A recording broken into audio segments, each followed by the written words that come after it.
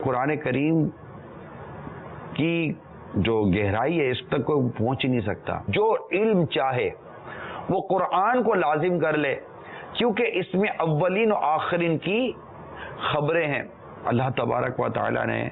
سورہ نحل کی آیت نمبر 89 میں ارشاد فرمایا، بسم اللہ الرحمن الرحیم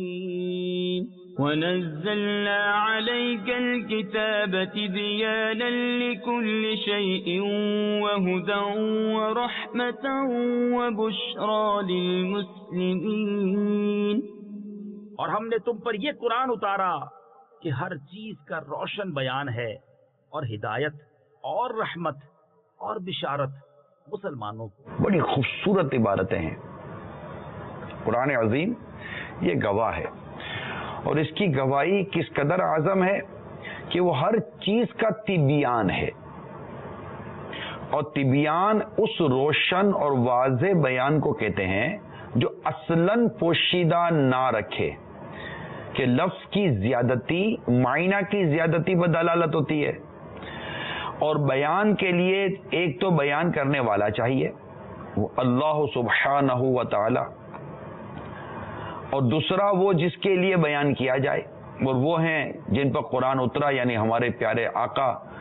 صلی اللہ تعالی علیہ وآلہ وسلم۔ اور اہل سنت کے نزدیک شیء جو یہاں فرمایا قرآن کریم میں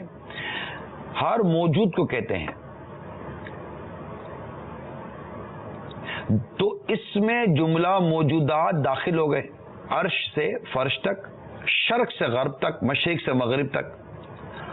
ذاتیں اور حالتیں، حرکات اور سکنات، رکنا چلنا،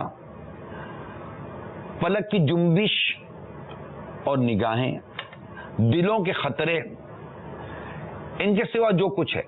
وہ سب اس میں داخل ہو گیا۔ اور انہی موجودات میں لوح محفوظ کی تحریر بھی ہے،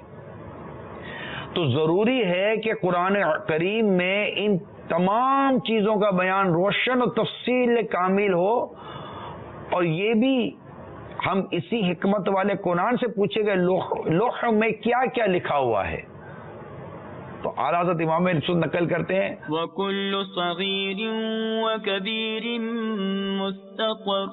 اور ہر چھوٹی بڑی چیز لکھی ہوئی ہے۔ خلاصے کے ساتھ بڑی کلیئر بات کر دی اعلیٰ حضرت امام اہل سنت نے کہ کوئی چیز اس میں چھوٹ نہیں سکتی۔ لوح محفوظ بھی اس میں شامل ہو گیا، اور لوح محفوظ میں کیا کیا موجود ہے یہ بھی اعلیٰ حضرت امام اہل سنت نے ارشاد فرما دیا۔ پھر روایتوں کے مضامین کے حساب سے بھی اعلیٰ حضرت امام اہل سنت نے بڑی واضح طور پر ہمیں مدنی پھول عطا فرمایا۔